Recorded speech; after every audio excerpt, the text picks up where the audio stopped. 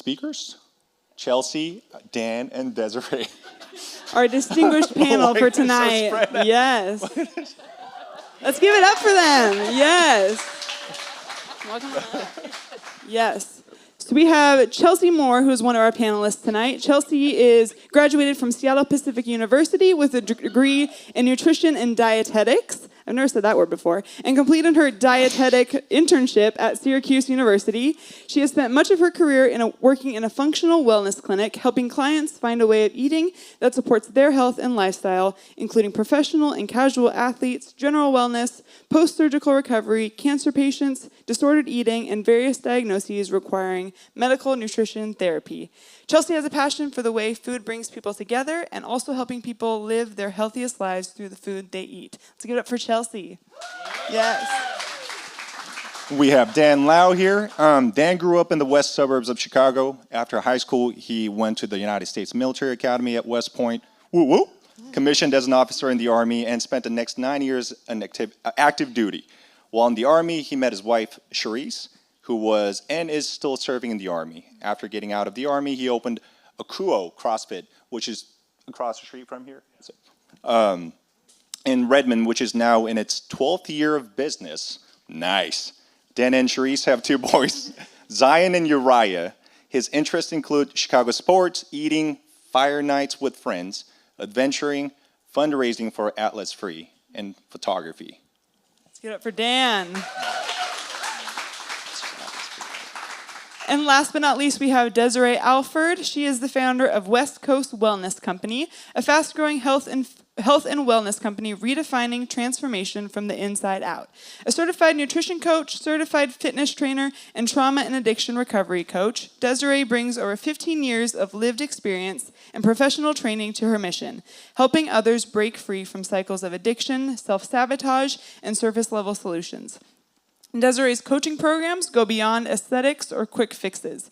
Her clients don't just lose weight or build muscle, they break lifelong patterns. From those battling food addiction or depression to high performers stuck in burnout, her clients experience lasting change. West Coast Wellness philosophy is, if you want the external, the toned arm or abs, you must go internal. Let's give it up for Desiree and for all of our panelists tonight. Awesome, thank you. Who is excited for tonight? Oh my gosh, we have been looking forward to this. As a 20s and 30s, also my name is Kelsey Rutledge, I'm the young adults pastor. As a leadership team, we have been thinking and praying basically all year as far as what the topics would be.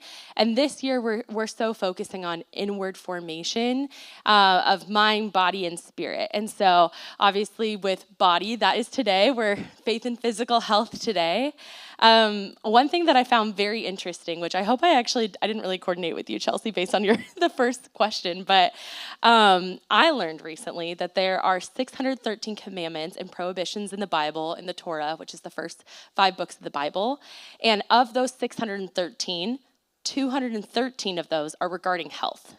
So it's a pretty big importance, right? And so I just feel like, I'm excited to hear Chelsea's response on this question, but this is such a vital part of our faith. It's not just something that's separate, it is something that is embodied. And so I'm just so excited to hear from our incredible panelists tonight. So with that, we will kick off to the first question, and that is, what does the Bible say about health, nutrition, and fitness?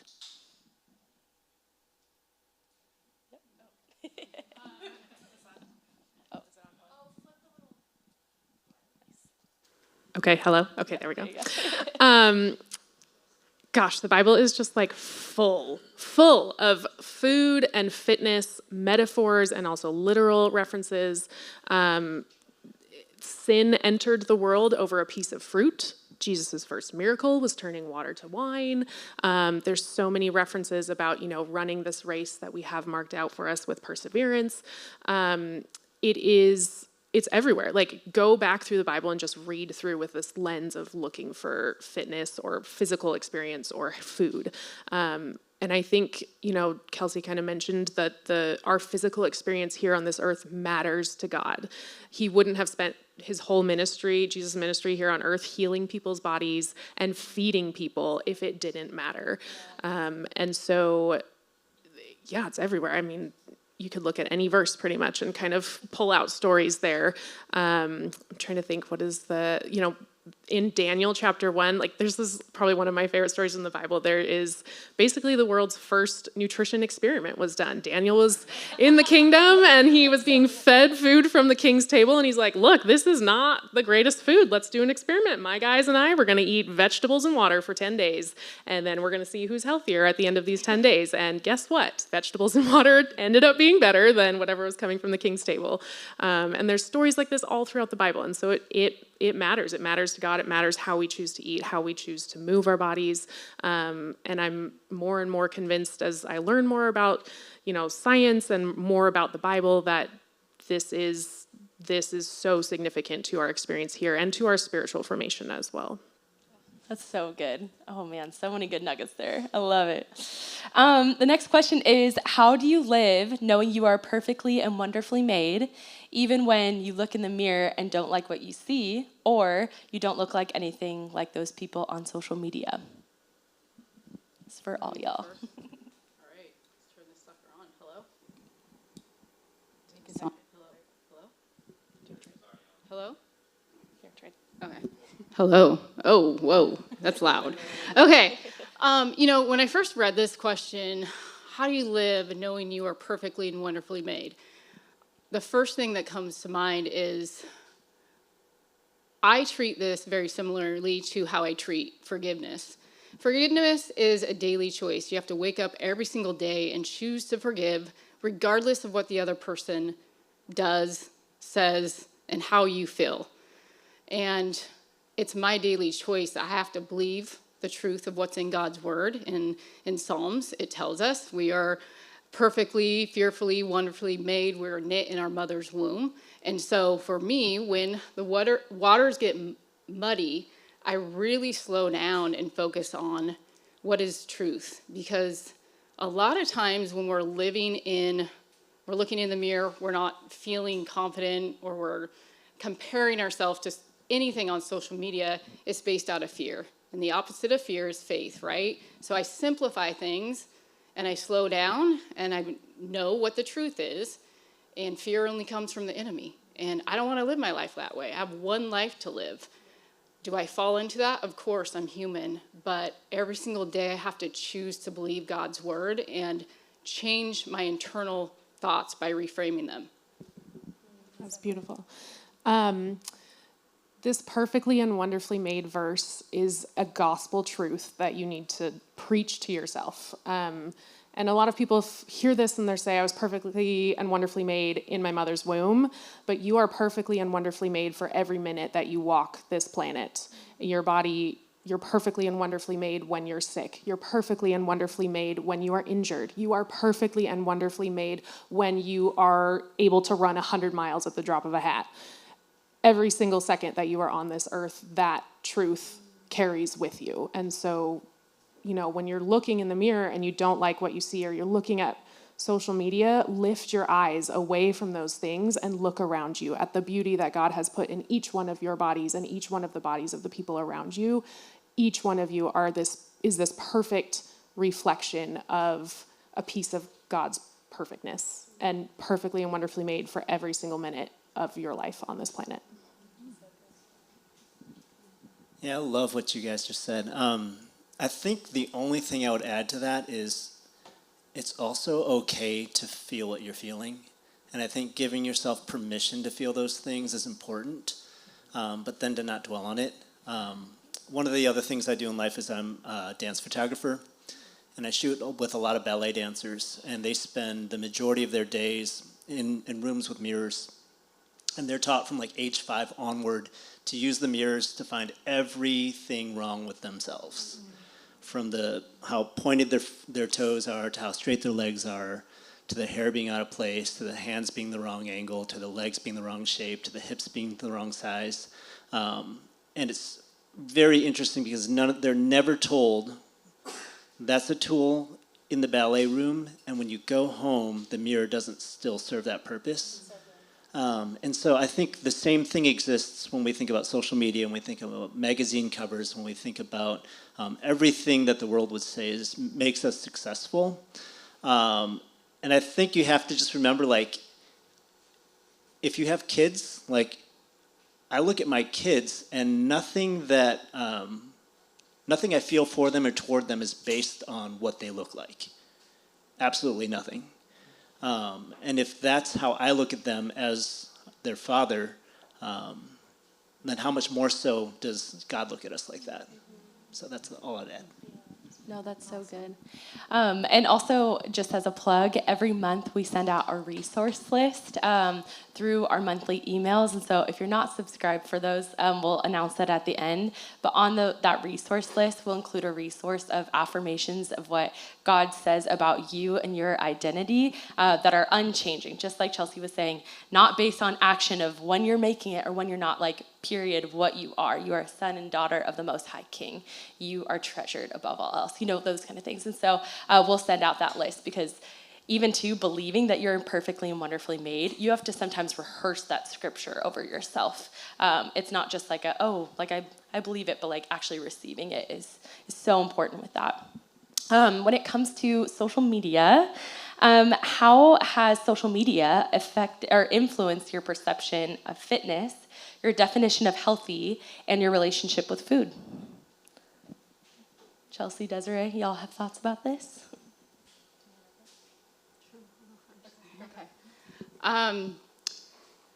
It depends on what era of my life when I read this question, because I've been through stages, and I do what I do today because of where I was 15 years ago. I was a recovering an alcoholic, very stuck in my disease. I now have 15 years of sobriety, and life is very different for me today.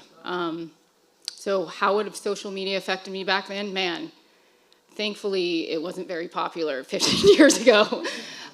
Today, I treat social media very much like you said, the mirror. It's a tool, and it has so many great purposes and so many great benefits.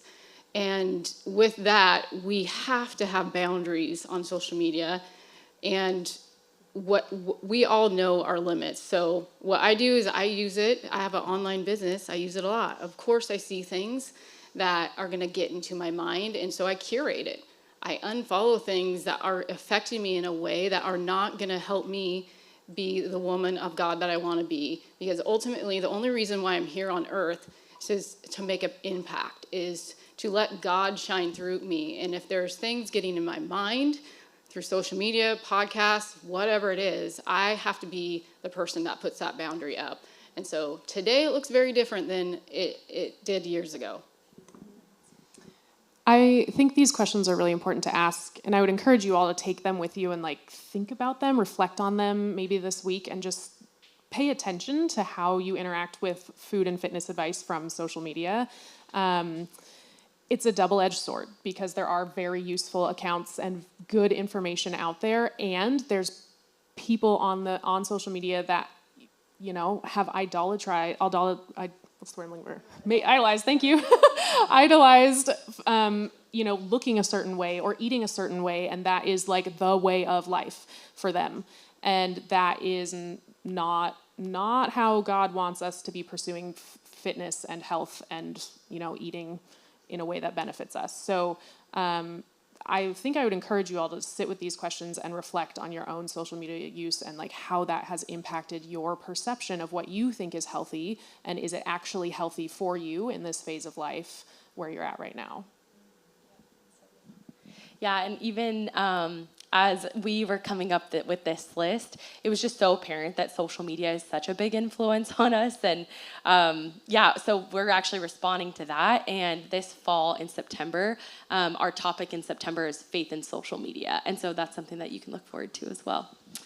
Still on the topic of social media, there is so much advice when it comes to nutrition and fitness, and it can truly feel overwhelming. Raise your hand if you felt overwhelmed by social media and all the advice that you've been given. Okay, cool, same. What is your number one piece of advice that you would want to share? Sure, I'll go. I maybe have a asymmetric way of answering this. Jesus summed up the law and the prophets in one thing, right? There was one thing. But if I said, like, what's the best way to eat a Reese's peanut butter cup? Everybody has a different way of doing it, right? And some people might be really, really passionate about it. And we call those people kettlebell people and vegans. Okay. But some people, like, don't care. And so I think I would say it doesn't really matter. And there's not one thing that's the penultimate, you have to do this or else everything else falls apart. It's not like love the Lord your God, right? Health and fitness, there's so many good ways to do it and so many good ways to live life. But if I'm going to share one thing, I would say do what you'll continue to do. Don't start something that you can't sustain. Like, I can be paleo until my next meal. But, after that, I'm going to go and, eat a Big Mac or something. But, so if it means that, like, if you can eat nothing but leafy greens and lean proteins and, like, stay away from all alcohol, all added sugars, never eat anything fried, and you're, like, happy doing that, then you should do that. But if you can do that for a week and then you're going to binge and eat, like, an entire gallon of ice cream, like, every night after that, then don't try to do something that's not sustainable. Such good advice. Mine's kind of adjacent to that, where I would say there are no absolutes in health or fitness. And I mean that in two different ways. One, if you hear somebody saying, this is the way you have to eat, this is the best way to work out, run the other direction, because they have missed the nuance of physical health and how that interacts with the food you eat and how your own individual body responds to what you're eating. And I also mean that there are no absolutes in the sense that in your own body, what works for you now might not work for you in 5 years. Or if you ever have a kid, you have to eat differently when you're pregnant sometimes. Or if you have cancer, that means you might need to eat differently. And it might also be what works for you doesn't work for the person sitting next to you. So there is grace, there is nuance in what works for everyone. And, I'll give another piece of advice straight from the Bible. This comes from 1 Kings chapter 17, I think. Elijah is on the run for his life. He's done something. The whole kingdom is after him. They're trying to kill him. He runs. He finally gets to a tree, and he falls asleep under this tree. And before he falls asleep, he sits down, he prays, God, I'm so tired. Please kill me now. That's literally what he says. Please kill me. And then he falls asleep. And a little while later, an angel comes, taps him on the shoulder, gives him some food to eat. Elijah eats, and then he falls back asleep. And then a little while later, the angel comes again, gives him some more food. And then he talks to God, and he's like, okay, I'm going to keep going. And that powers him for the next 40 days to keep running, 40 days and nights to keep running. And so straight from the Bible, if life feels hard and overwhelming, take a nap and have a snack. Okay? That's it.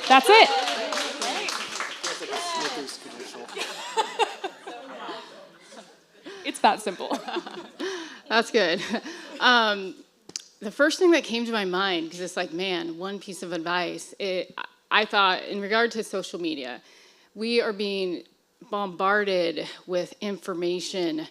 We can get on there and learn anything we want and read about it and research. We have enough information. The area we are missing, where we need the bridge, is going from the information to the implementation.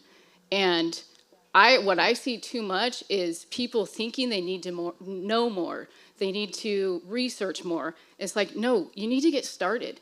And you don't need to wait till Monday, and you don't need to wait till next month. You need to get started now, like tonight. Like, you don't have to wait till tomorrow. And so just get started. That's it. That was for me. I needed to hear that.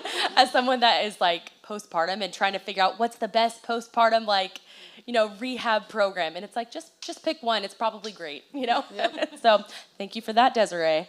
The next question is, how can we view physical fitness not just as self-improvement, but as part of our relationship with God? And how do you balance this with avoiding obsession or idolatry of physical appearance? Dan and Desiree? This is an easy question for me because probably because of how my life was 15 years ago and how I live my life. For me, there's no choice. There's no option to live my life any other way. I know when I'm at my best, and when I'm at my best, that's when I'm intentional with what I'm putting in my mouth, when I'm intentional with what I'm putting in my mind, when I'm intentional with how I'm moving my body. And I also know how it feels to not do those things. And for me, to not take care of myself would be almost saying, I want to die. Because I know if I quit taking care of myself, what's going to happen is I'm going to turn to alcohol. God is my foundation. And once I turned my life around, I felt like it was a miracle and he gave me a second chance. And I don't think there's going to be another miracle. And so my life is living fired up. I wake up and I'm excited for 12 hours, the next 12 hours, to just live my life for him and do my best. And I'm not perfect. I fail. But the most important part is I get back up and I get started again. I don't wait until Monday to do it all over again. And so, did I answer the whole thing? Avoiding obsession.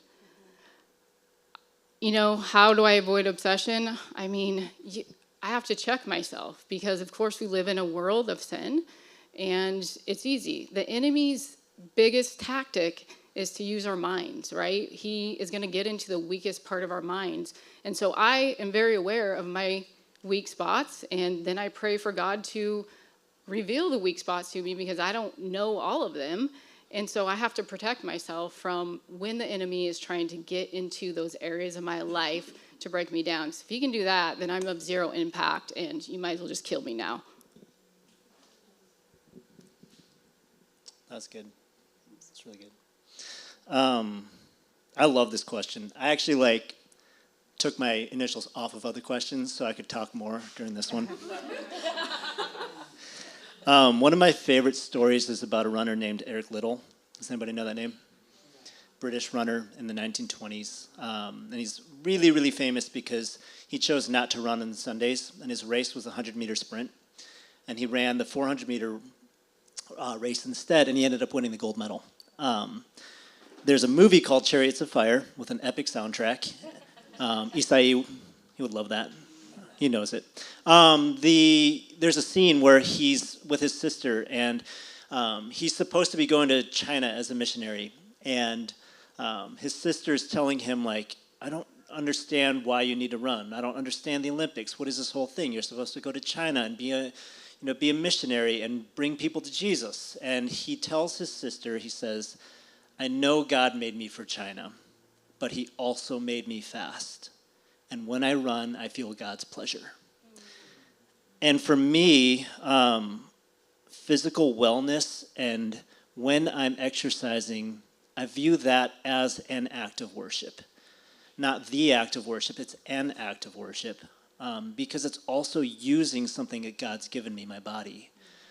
Similar, again, so many parenting analogies. Like when you give your kid a toy and they play with it, it gives me, when I give my kid a toy and they play with it, it gives me so much joy to see him playing with those toys. When they're discarded and left in a corner unused, it's just kind of it's sad, it falls flat. And so I think it's an act of worship. The other thing is I think it amplifies your ability to experience God.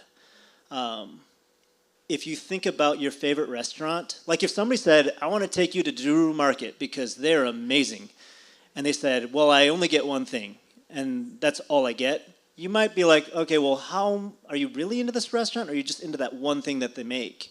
But if somebody said, I've tried everything on the menu, and it's all amazing, the cake, the salads, the cookies, everything, then you're like, okay, yeah, you know what you're talking about.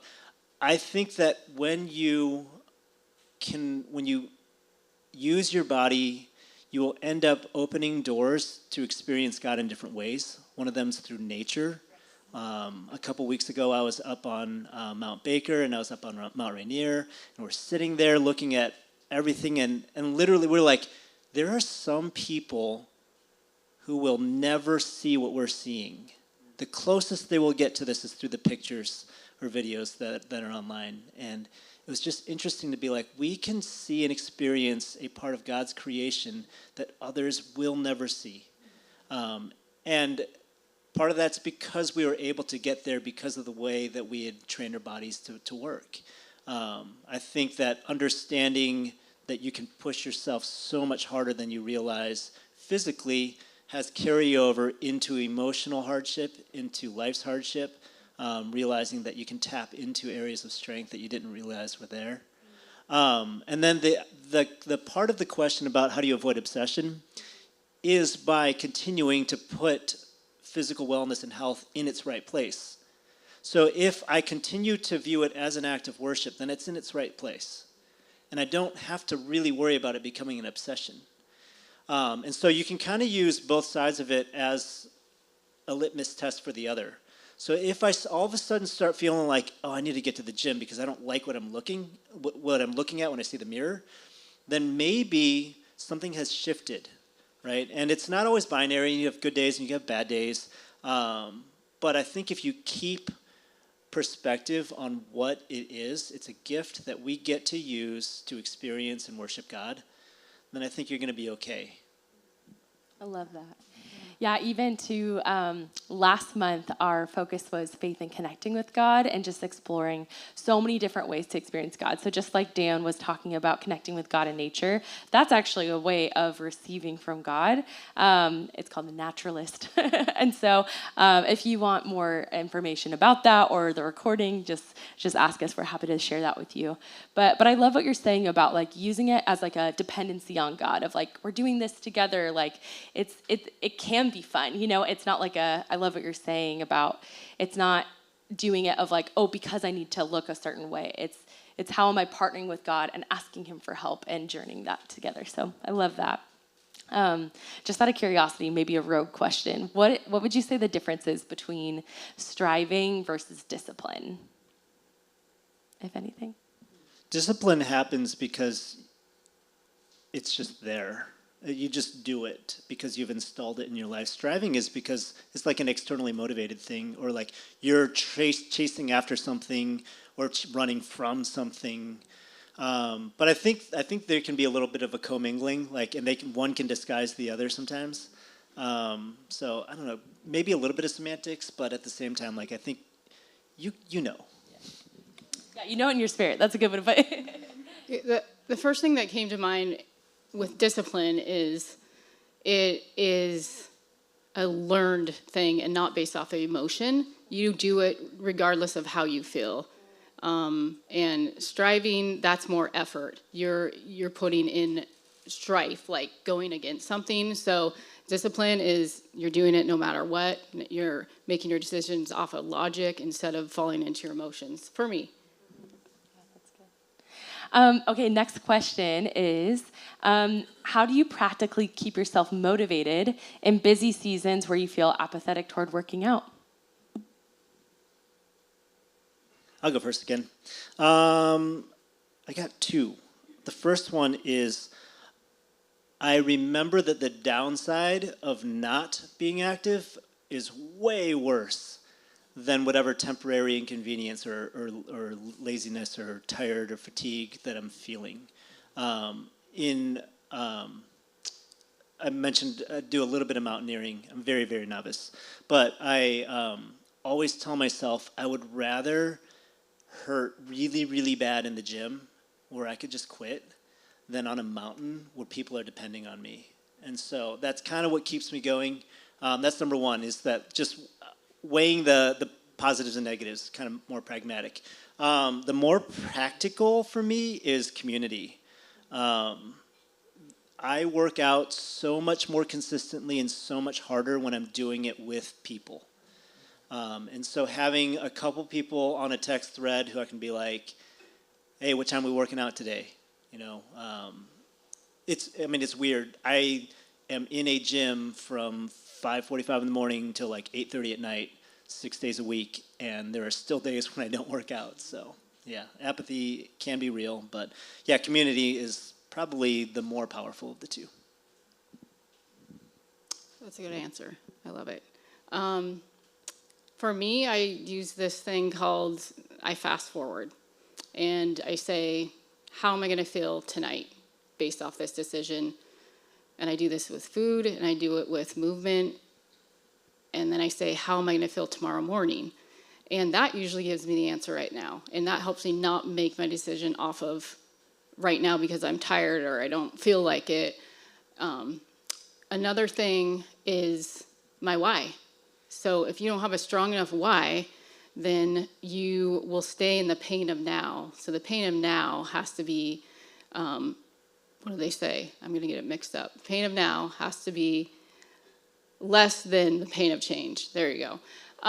And for me, I have quite a few whys that keep me really rooted. One is my dad died of ALS, and he wasn't very old, and he was bedbound, and he couldn't use his legs and arms, and he couldn't feed himself, and he couldn't go to the bathroom.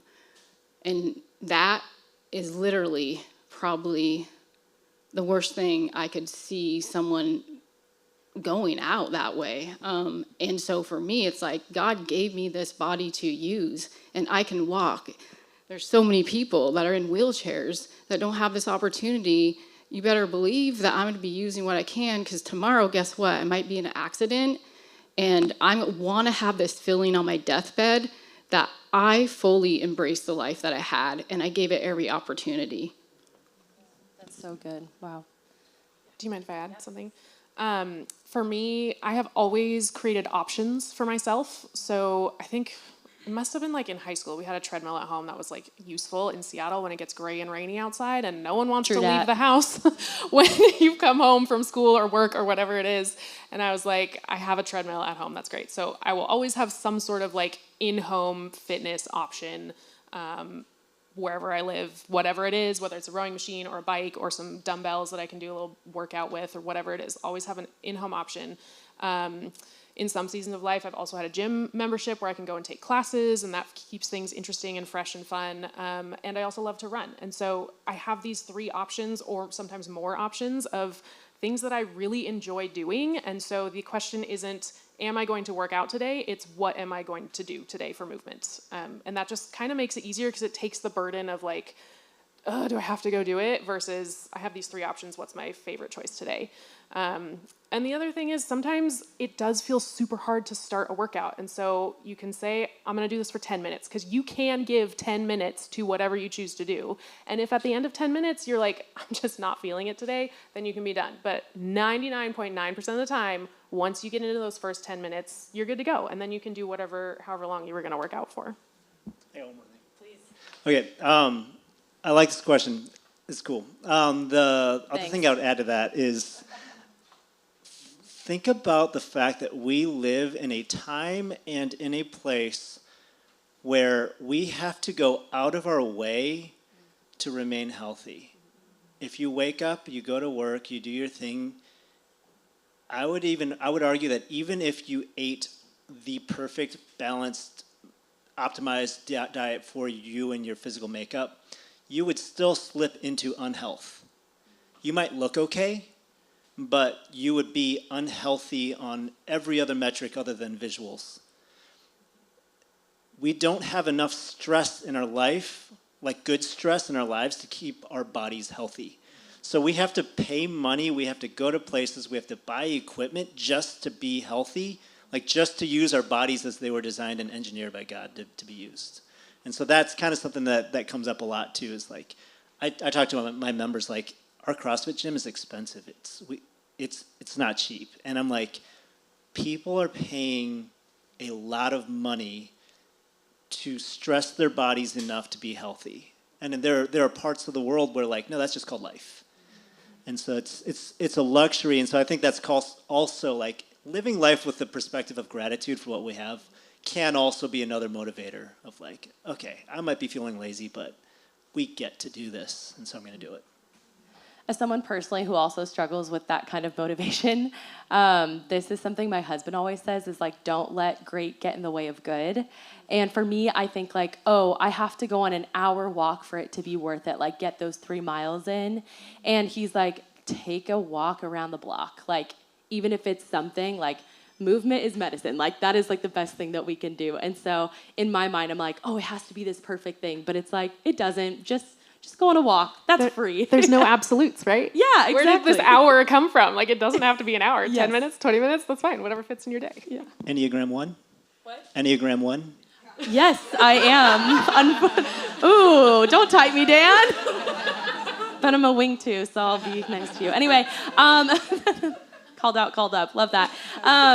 Yeah, and two, like, just like a practical on that, like, I feel like when we are getting apathetic about working out, like the word dread comes up of like, I'm dreading this. And so it's like, what's even a way to like make working out fun? Like the amount of options on ClassPass of like boxing or dance classes or like, there's just like so many fun options out there.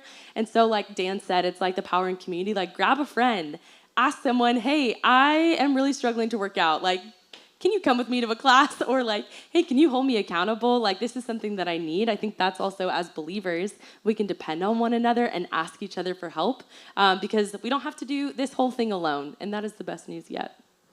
The next one is food and nutrition. The Bible speaks a lot about food, from feasting to fasting. How can we cultivate a healthy relationship with food that honors God without slipping into legalism, guilt, or gluttony? A great question. I think this looks a little different for everybody based on kind of your own relationship with food and health and fitness in general.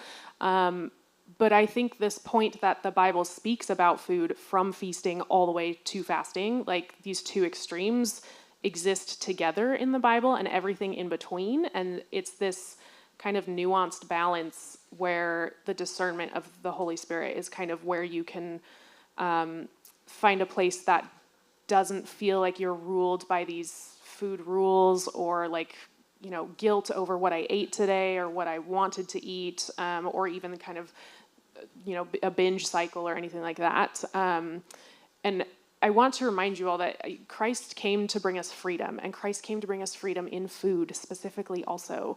And there is, I think it's in Acts 10, Peter has a vision or a dream where he sees all of these foods and animals that were previously thought unclean, because let's remember there were a ton of food rules in the faith at that time, and doesn't sound so dissimilar from today, to be honest. And Christ basically tells him, or God tells him, like, you can eat all of these. This is all good food. I made this. This is good food. Why are you calling it bad? And it's this freedom to experience food in a way that makes sense in your body and for your health without feeling guilt over, but I heard this thing on Instagram that says, like, this is not good for me. And maybe it isn't good for you based on your own personal health situation, but you can't expect that to apply to every single person in this room, you know? So there's discernment from the Holy Spirit of when, you know, there is feasting, and there is feasting in the Bible. Like, that's a picture of heaven right there, is a table laid before us of food and people around it, and there's community with it.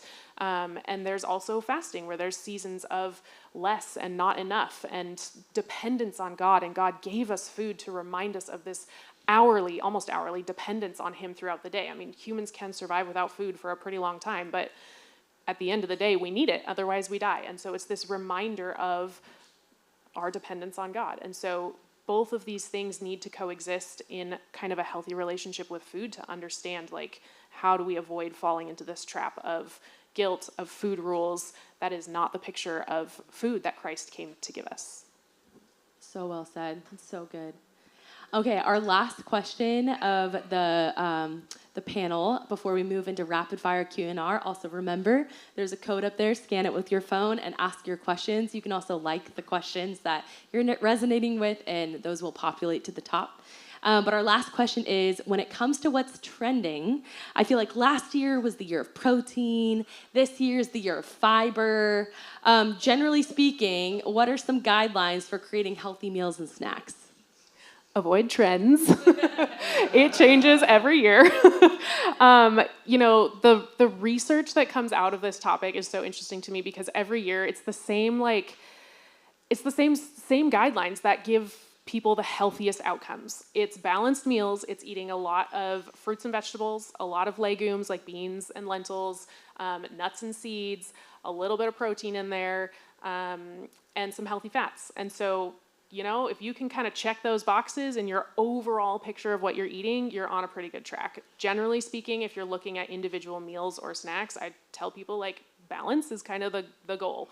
So even when it's just a snack, you want to have a little bit of protein and some carbohydrates there to give you some energy, lasting energy till your next meal or snack.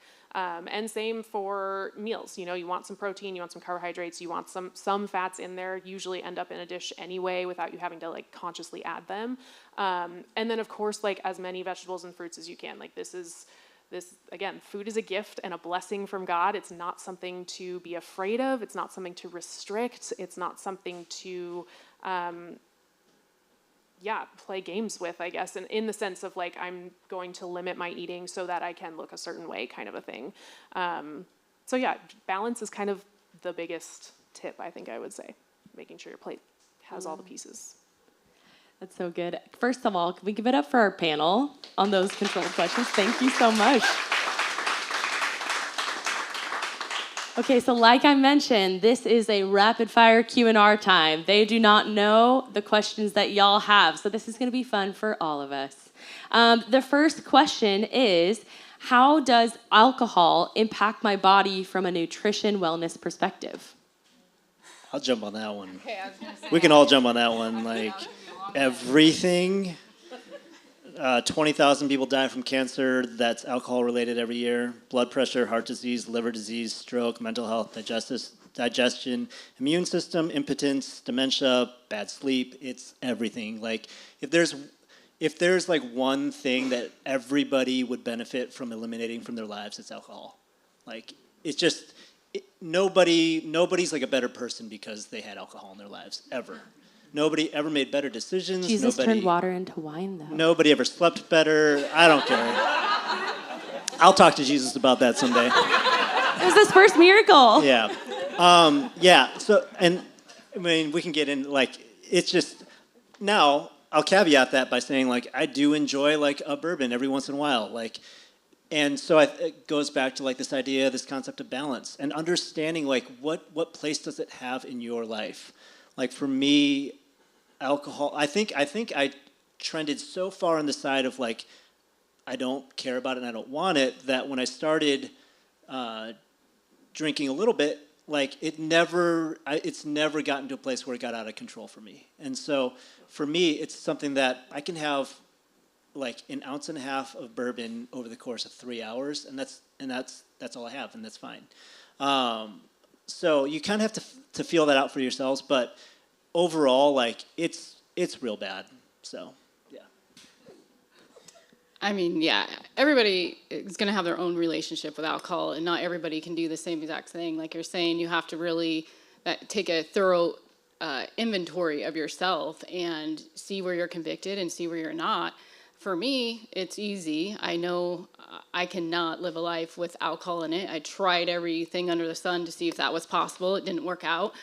And then it really aligns more with the way I want to live my life anyway. I mean, when I'm teaching people, you absolutely cannot build muscle with alcohol in your system.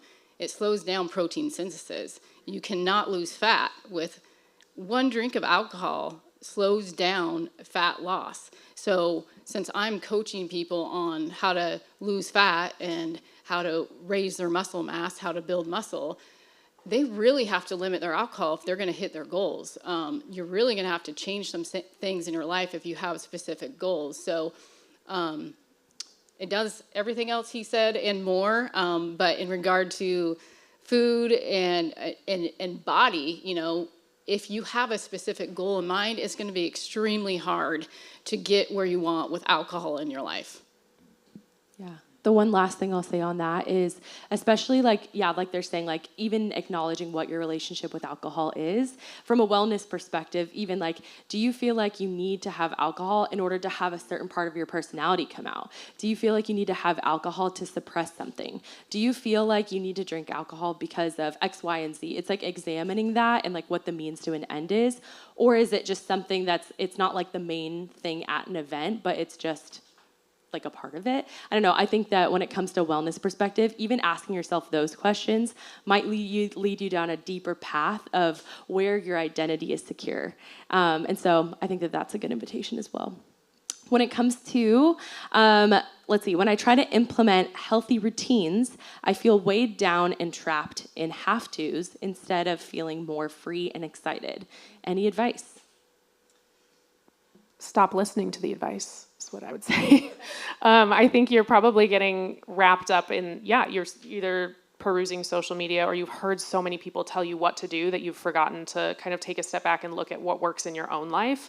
And again, there's no absolutes. So like, pick something that feels doable, that makes sense in your routine, that makes sense in your own body if it's something that or if you're changing how you're eating, and do something that feels achievable. Like you should be able to do what you want to do. It shouldn't be something huge, like a huge overhaul. Sometimes overhauls work for people, but 9 times out of 10, it doesn't. Like you'll fail in a week and then you'll feel like a total failure because you can't stick to this plan, this whatever plan you've chosen. So I would say start small, like do something. What did you say? Great, good, don't let great get in the way of good. Don't let great get in the way of good. Like something good can happen.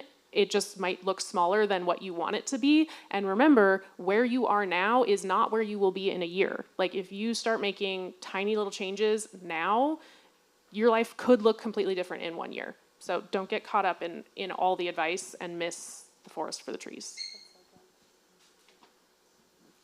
I'll just say one thing for me personally, because again, that dread word is really up there. It's like the power of habit stacking of like, oh, I have a really good audiobook or really good podcast that I'm excited about. Oh, what if I went on a walk and listened to that? So there's that too. The next question is, what is your favorite wellness myth that you want to debunk?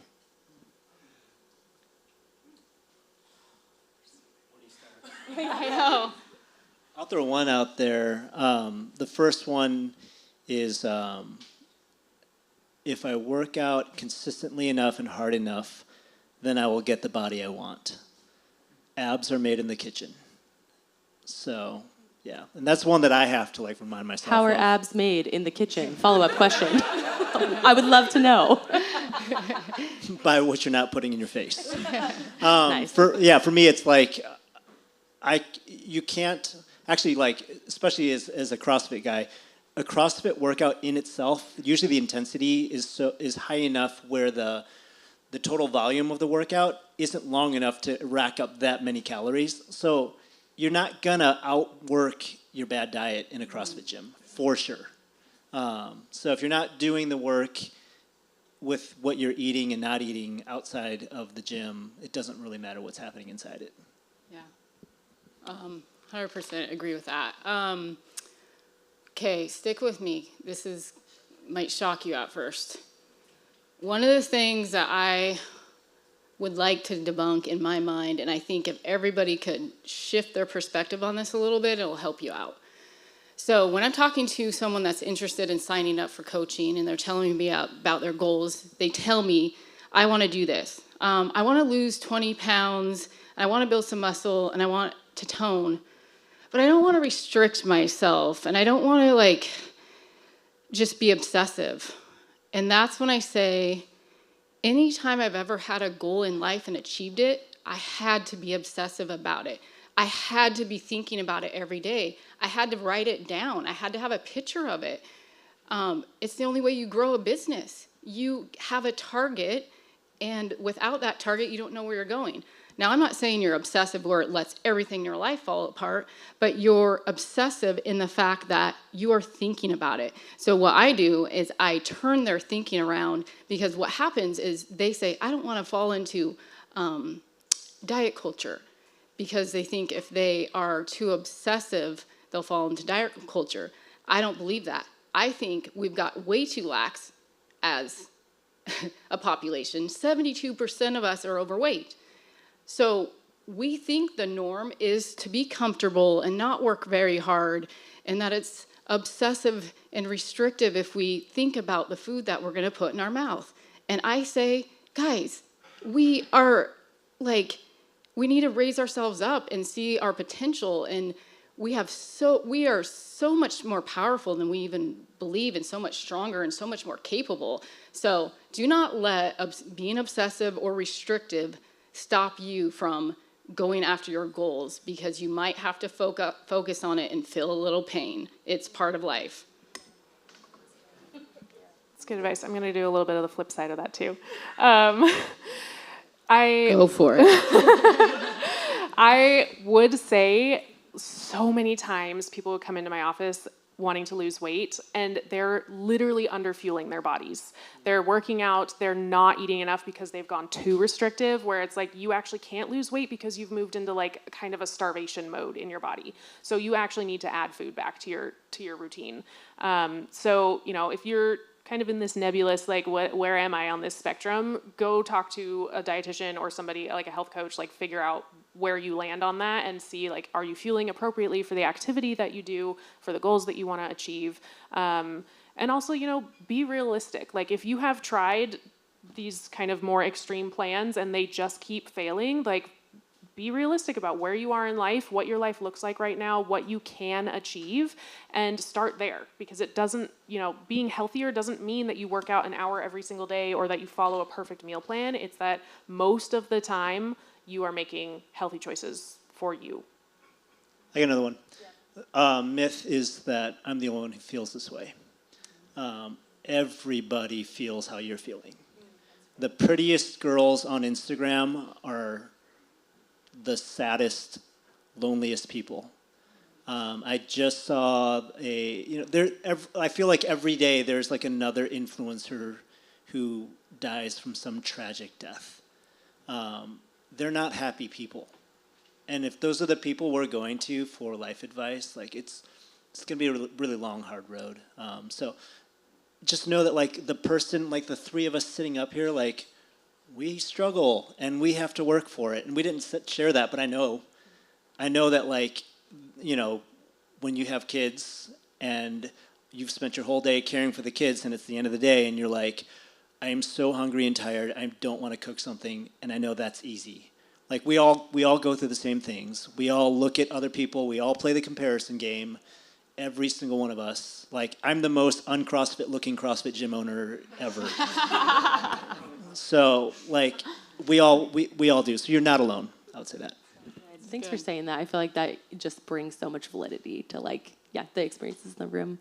Even one myth that you said earlier is the like, do weights make me bulky? I think was one. Do you want to speak to that?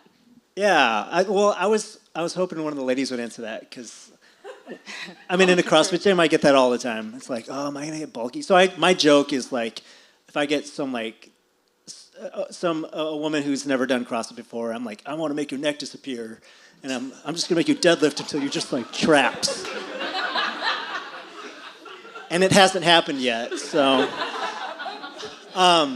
no, like lifting weights, like we need to lift weights. Your skeleton is there for skeletal support. I came across an appalling, it was an x-ray of an overweight male and seeing like he still has my skeleton, but in his 350-pound frame. Like it's terrifying. And so as you get older, I think like women, it's like once you hit like 25, if you Yes, thank you for that. if you don't Not old. like you have to start fighting to maintain bone density and muscle mass.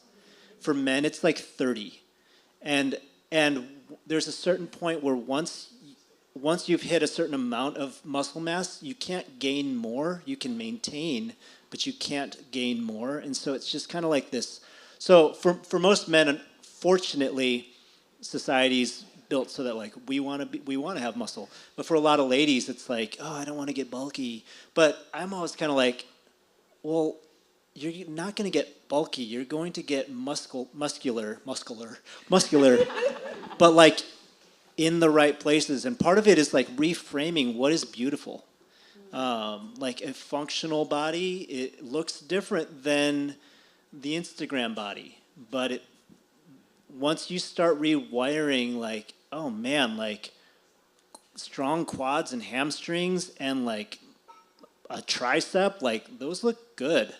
And you can start to reframe like what is actually the healthy body as God designed it to be. It's not this beanpole image that Hollywood wants us to believe. Like, you know, Jennifer Lawrence with that build cannot kill all those people. Like, it just doesn't work. Yeah, I will say, I think like lifting weights specifically has compounding positive effects and lifelong positive effects. And the earlier you start, the stronger those effects are.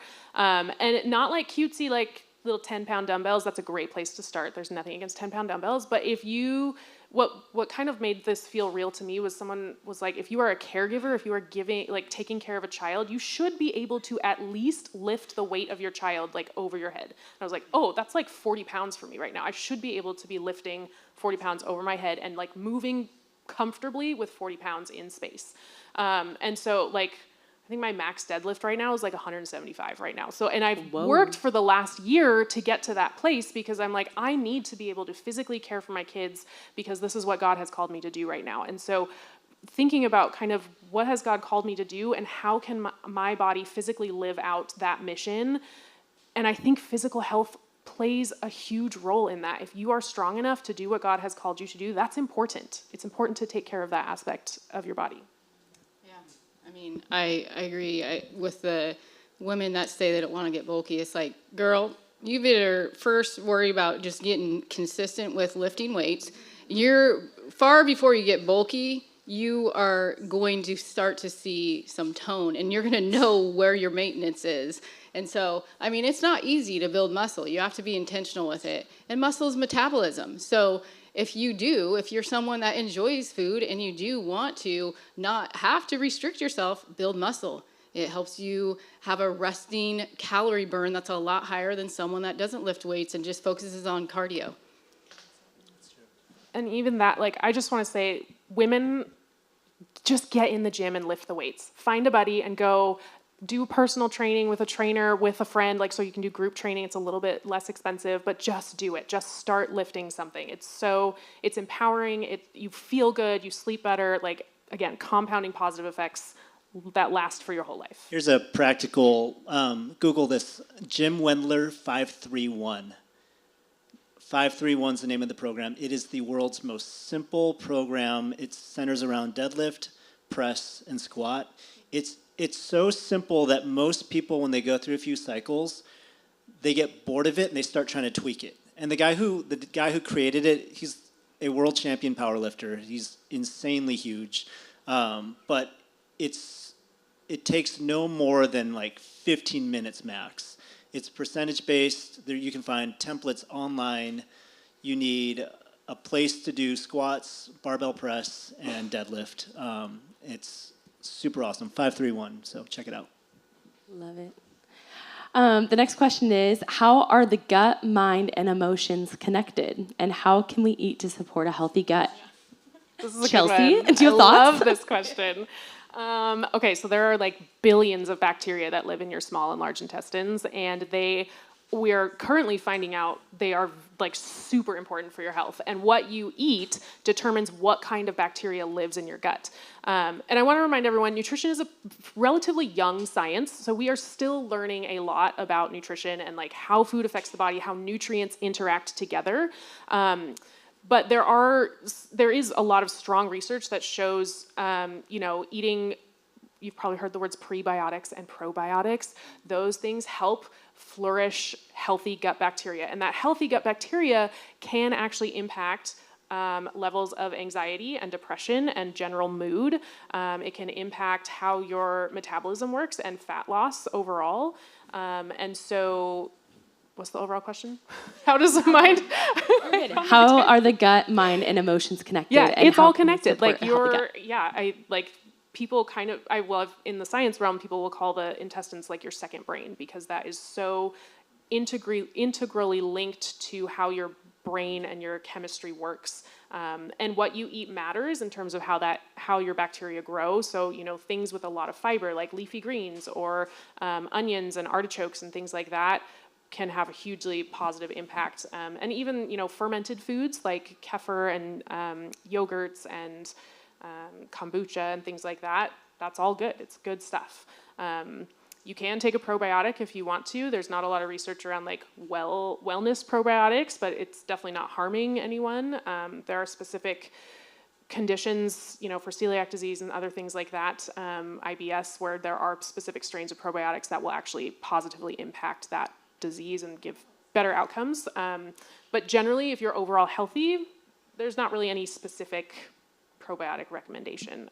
But it doesn't hurt. It all helps. So it matters what you eat. It definitely impacts your gut bacteria, and that impacts your brain for sure. Except for if you have SIBO, which is like a bacterial overgrowth, which That's it does the opposite. Yeah, that's a whole other condition to talk about. Yeah. What? I mean, just random, but when it talks about the difference between like probiotics, prebiotics, postbiotics, like, can you just speak to like the difference between all those? Yeah. Is postbiotics? Did you just make that up, or is that a thing? No, that's it Is a that thing. a thing? Oh, I haven't heard of that. Okay, Yeah. that's a new one. You schooled me. Okay. So probiotics are an actual strain of bacteria that you can consume. Prebiotics are basically fibers that those bacteria eat in your gut. So the prebiotics are feeding your gut. The probiotics are the actual bacteria strains that you can consume as well. And two, it's like if your body is like in a constant state of like flight or fight, and all of that, it's like you can eat all you want or work out all you want, but it's not going to actually help, right? So, Desiree, can you talk more about like the internal work? Sorry, say the question again. You're good. Like you can eat perfectly or Yeah. work out perfectly, but it's when it comes to like healing from trauma or healing from the things like the gut-brain connection. Oh, yeah. All that stuff. Yeah. Geez. My belief is every single person on planet Earth has some sort of an addiction, something they turn to numb, right? So there is a reason why. So we have to figure out, well, why are we turning? So for me, when I took the alcohol away, I found out right away it was just a symptom of my problem. And if I didn't fix the root issue, I would quickly turn to something else. And the first thing that fit into that role for me was food. And so it fired me up to get to the root of my issue, so I wasn't live this life of turning to things over and over and over to numbing. So food fires me up so much because of its power. If we eat intentionally for our body, and every single person is different, and for our goals, we can transform our life. As far as food and the microbiome, it is so powerful. 90% of our serotonin is made in our gut. 40% of our dopamine. Not only do we have a weight epidemic, but we have a mental health epidemic. And when you can literally increase your hormone production by the foods you eat, that should excite you. You don't need some crazy thing. I'm not saying some people don't need help. They do. I'm not saying that at all. Another thing it does when you're intentional with what you eat and you exclude processed foods in particular is it helps your hunger hormones. So leptin and ghrelin are two hormones. I won't get into it right now, but they control and tell you when you're hungry and when you're full. So if you're someone that constantly feels hungry even though you just ate, you need to clean up your gut. And you need to probably get some variety, pull out some processed food. And the same goes for when you don't feel the feeling of ever being full or you constantly feel hungry. Like, it's powerful. So I look at food as medicine for my brain and body, and I treat it like that. Awesome. Okay, we're going to go rapid fire for the rest of these. Even I'm perfect. like, oh, I kind of forgot. And I'm like, Sorry. oh, there's so many good questions. I'm going to go to the bottom because I like this question. What are some good high-energy snacks?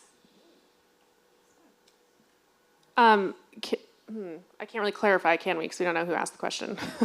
High energy meaning like you would get a lot of calories, or high energy meaning that gives you like long-lasting energy for the day? Let's go with the latter. Okay. So Sorry if that wasn't your answer. So, I mean, anything, yeah, long-lasting energy. So fat plays a huge role in satiety and how full you feel and for how long you feel. So making sure that you have some sort of fat source in your diet, whether it's from oils or from nut butters or avocados, things like that. And those are all really healthy anti-inflammatory fats in general. So making sure you have some of that in there. Some carbohydrates do go a long way. I'm not saying like load your plate with carbohydrates unless you're an endurance athlete, but there should be some carbs on your plate in some form. And then protein also helps with satiety and keeping blood sugar levels stable, because I think a lot of people experience this energy crash because they mostly eat all carbs or a lot of carbs, and then your body produces insulin to bring that blood sugar level back down to normal, and that's when you get to this like cranky, drowsy, sort of like brain fog, like, oh, I'm just not feeling great. And so balancing your meals and snacks with a little bit of everything is going to give you that longer lasting energy. And of course, the size of the meal or snack that you're eating will also kind of depend or determine how long you're full for. And that, that's personal preference, or like the time of day. You just kind of play around with that and figure out, how big does my breakfast need to be? How big does this snack or lunch need to be? For boredom or emotional eaters, chugging a bunch of water. Just chug a bunch of water, and then, that helps. But the fat thing is really cool because, so scientifically, fat digests slower than everything else. That's why it satiates longer. And so when you think about the simple carbs that are in all the processed foods, that's why you get really hungry fast, because your body just burns it up and then it's gone and then it looks for more. So. And not just in processed food too. Like, I want to remind everyone, fruit is a carbohydrate. It's a good carb, but it is a carbohydrate. So if you just eat an apple, you will feel more hungry in 30 to 60 minutes than if you ate an apple with peanut butter or something like that, or an apple and cheese stick or something. So what I'm hearing is adding avocado to things is good. You got it. Not toast. Oh, hot take, Dan. We don't need more avocado Hot toast. take. No, I love avocado toast. Disagree. Follow-up question.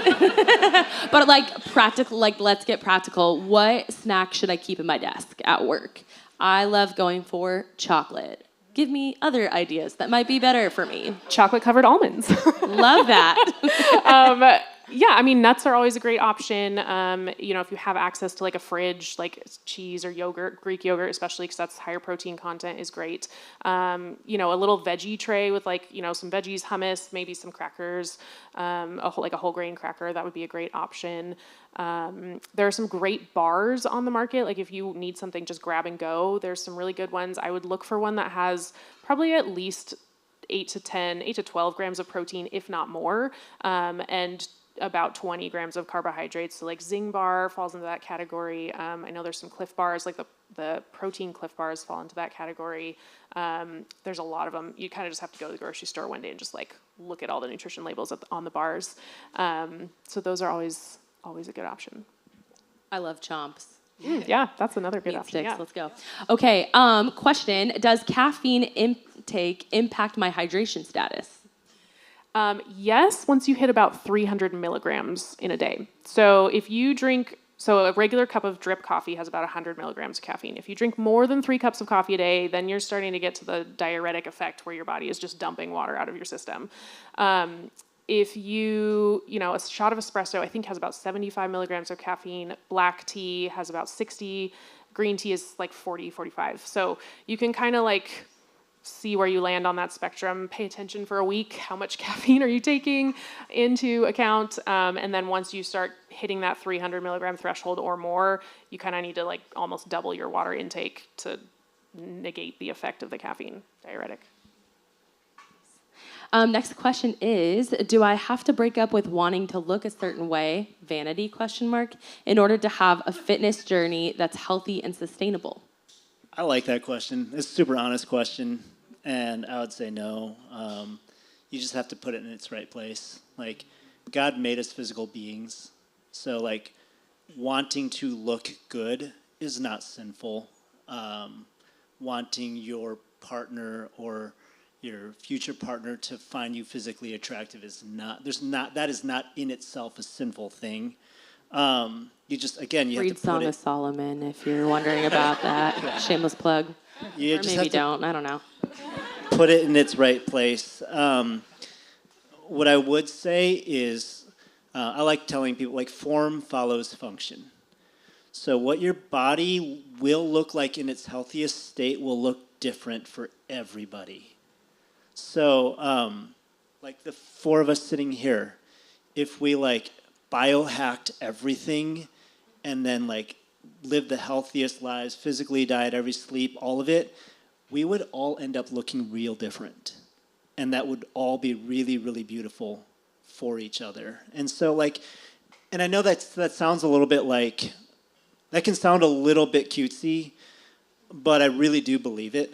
And I think that what will happen confidence is can I say it? Confidence is sexy. Yeah. There's a lot of like physically pretty people who lack confidence, and you can tell. Like there's a feel to it. So like if you get focused on stronger, faster, healthier, let your body do what it's gonna do. You're gonna get more confidence in finding like strength numbers and PRs and like knowing that you can lift somebody over the top of your head or like put a barbell over your head. And then once you get there, then you'll have confidence. And that looks good.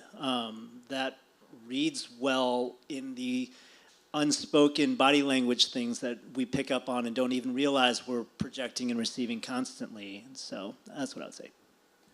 Okay, we have a time for a couple more questions. How can I learn to discern what is good versus bad advice regarding my physical health?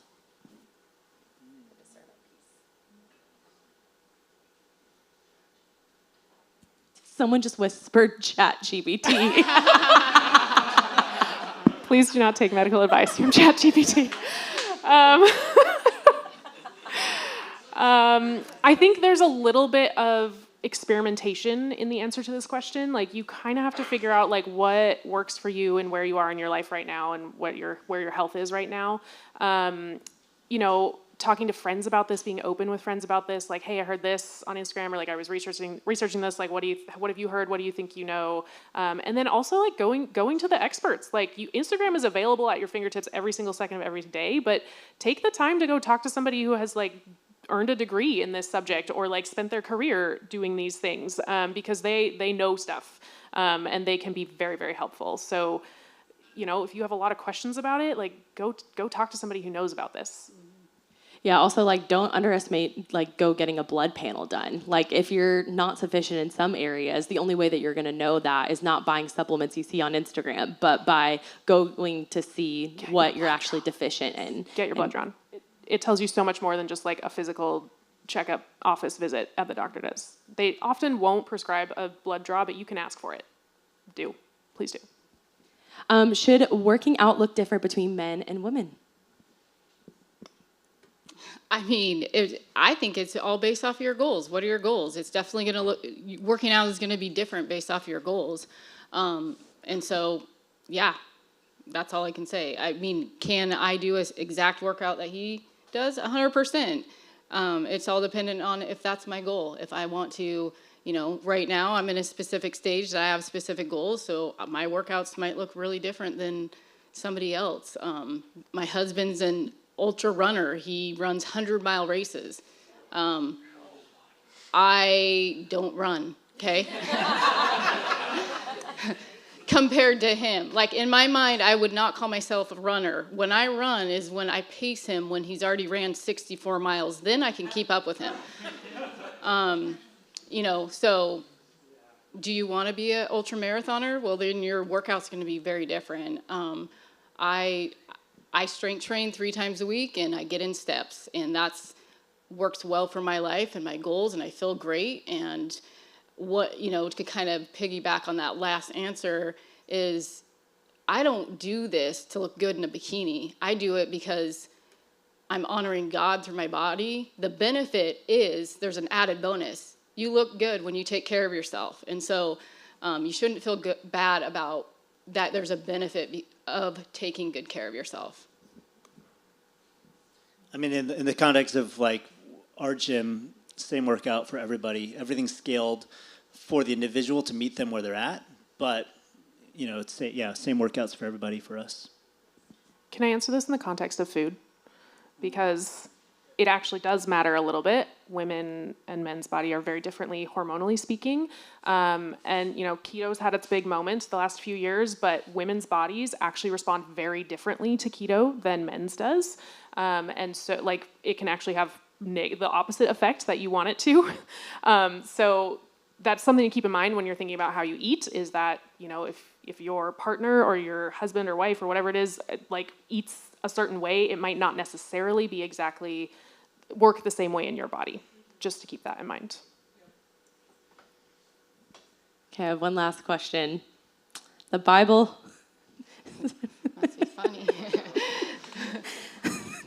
thought this question was funny. The Bible focused mostly on combat and warfare aspect of physical fitness. What are your thoughts on the importance of being highly trained fighters in church?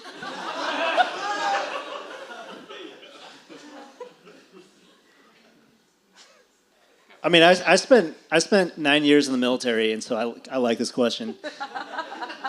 I used to tell Was my it guys. submitted by you? No, Ryan. It says Ryan Gosling. No, like I used to tell my guys, like, I need to know that if I go down, that you can carry me in my body armor out of the firefight. And so there is a very functional concept when you think about fitness. And I mean, there was the church in, was it Michigan? Or what was this church like a couple weeks ago, like had an active shooter? You guys know what I'm talking about? Like, unfortunately, we do live in a time when like crazy things happen. And like, do you want to be a sheep or do you want to be a lion? Like, do you want to just be trying to be faster than the slowest person, or do you want to stand up and do something? And so, you know, I'm not saying everybody needs to be walking around open carry, like but like, you know, it's so funny. Like humans were like, oh, men need to protect, but in nature, who are we scared of? Mamas. So like every one of us needs to be strong. Like, so. Like I'm not 10 out of 10 analogies tonight, Dan. So I think it's a great question. Yeah, you need to be strong because you need to be able to do it. Life is going to throw weird stuff at you. My father-in-law a couple months ago, like he was a stroke survivor and he fell out of a chair in our house and he was like lying on our porch in the sunlight just baking and my mother-in-law couldn't get him up. And so he laid there on his side for like 45 minutes until I could get home to pick him up. And this was a heavy, heavy man. And like there are some people where their only option at that point is call 911. And, you know, so I'm not saying that that's going to happen to everybody. I hope it doesn't. But you don't want to be the person who's like, oh man, I wish I could help these people. I wish I could help my family, but I can't because, you know, but I'm really good at Call of Duty. Yeah. Amen. Awesome. Well, that's all the time that we have for our panel. Can we give a round of applause for them? That was awesome. We're going to welcome up Stephen and Caitlin, who are going to end some announcements so we can transition now. Awesome. So good. Thank you guys so much for being here and all your awesome insight. My name's Nathan. I am Caitlin. We each have a couple announcements for you guys before we're done. First off, like Kelsey said, we send out a monthly newsletter. It typically has future events so you guys know what to put on your calendars, and then it also has resources and recordings from all of our events. So everything that we've talked about, our speakers then compile resources, and then we send that out. So if you guys are not subscribed, we just send out once a month. Feel free to scan this QR code, and we would love to add you guys to our distribution list. Awesome. Are there any volleyball players in the crowd tonight? Anyone? Not super enthusiastic. It's okay. Well, if you're not, you have the opportunity to try. On August 5th, we have an outdoor volleyball night. Oh, that's so funny. We're going to go to Northwest University, which is the same spot that Reach Church is at. We're going to play outdoor volleyball. We'll also have Otter Pops. I think Yeah, blue, we will. I think blue's the best. I think pink is the best Otter Pop flavor. Pink? Yeah. Okay. I love Otter Pops. We'll take a poll. We'll have Otter Pops. Please bring nets if you have them. Also spike ball if you prefer to play spike ball instead of volleyball. Blankets. There'll be a hill where you can watch volleyball if you'd rather do that. Hear a comment in the crowd? Thought I heard somebody. So yeah, super excited for that. So I'm coming through. That's August 5th, which is in 2 weeks. Super excited. Yes, correct. Yeah, so August 5th is going to be our outing for volleyball, and then the 19th is going to be our faith and intergenerational friendships. And so I want to give a little bit of context for that night. So Reach has launched a 50s plus group. And what that is that's people 50 to 60-ish. And their sole purpose is getting together to build connection and then also to figure out how they can pour into us and to the younger generation. And so they are going to come and they're going to join us. And so this night specifically, Yeah, we're going to bring up some of them and we're just going to open it up and we're going to really walk through practicals of how do I go about having conversation and friendship with people that are older than me, because we've heard that there's so much desire to grow and learn and be in connection with people that are older than us. There's so much wisdom there as we're in such a pivotal stage of our lives in our 20s and 30s. And so we're really excited for you guys to join us for that. It's gonna look a little different than like these nights where we sit and we hear for 40 minutes to an hour. It's going to be a little bit shorter time of preaching up here and equipping, and then we're really going to have like hands-on, let's mingle, let's get to know people. They're going to bring their group and we're going to be here, and so we're really excited for that night. We think it's going to be a really special time. That's on the 19th of August at 7. It changed. See, look at that. Thanks, Nate. Nate in the back doing slides. Live Changing updates, our live dates. updates. Thanks, Nate. Awesome. Super excited for that. Yeah. We are welcoming you guys to join life groups. We have a lot of life groups here available, 20s and 30s. There's 2 new life groups. The Least family, I think they live in Issaquah. They're in their 50s, so if you're looking for a life group that's led by people who are maybe a couple seasons above where you're at and kind of like a mentorship role, that's a great opportunity. And then Isai, are you here? Get on are you up in the here. house? Come on. He has he's starting a new group in Redmond. Is going to share some thoughts with us. So he's going to make his way up here. Yes. Woo woo.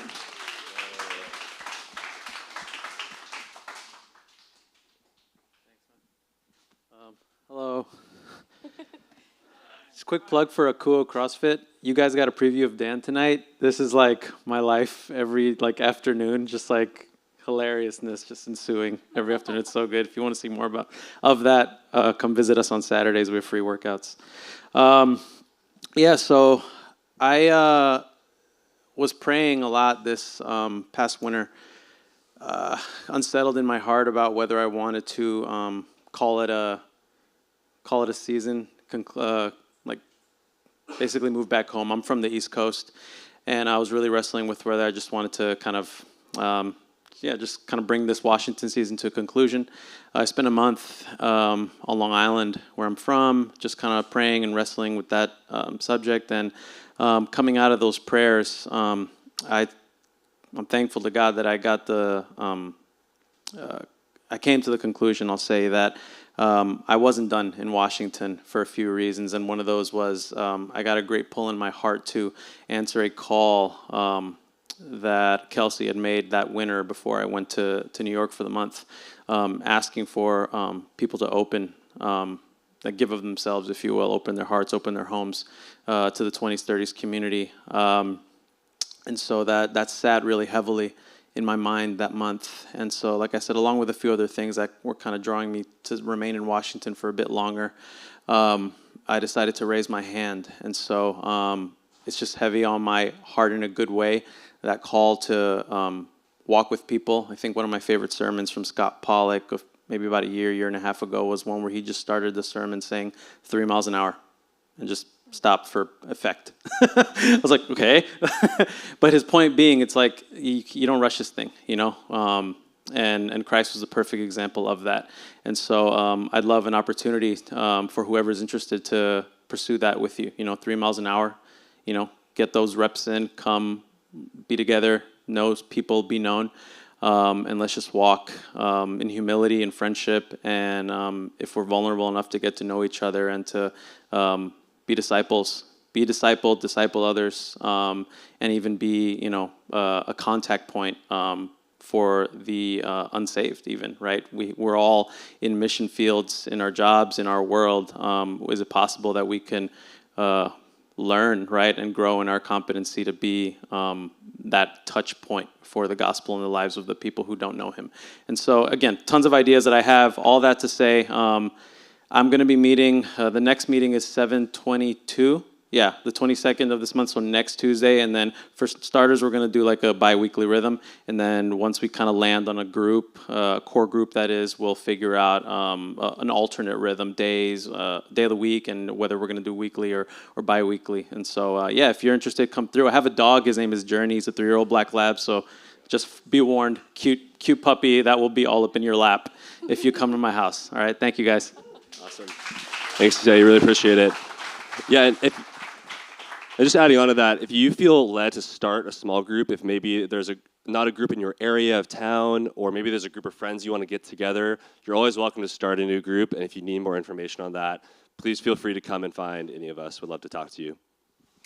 Yes. And then to end the night, we have 2 connection opportunities for you guys. So our panelists, as well as our prayer team, they're going to be up here at the front. And so if you have follow-up questions, or you submitted a question in the Slido, but maybe it didn't get answered, come find them up here at the front. They're going to be here for a couple more minutes, as well as our prayer team. So if there's things that you maybe are wrestling with, or things that came up while you were listening, we would love to pray with you. And then we also will have some discussion questions up on the screen. If you want, you are not obligated, but we would love for you guys to turn to the people around you, and these are ways that you can just chat more about what you've heard tonight with the people around you. As always, this room is available until 9:30, so hang out. We are so excited to see you at our next event for volleyball and Otter Pops, and thanks for joining us tonight. Awesome. Thanks for coming.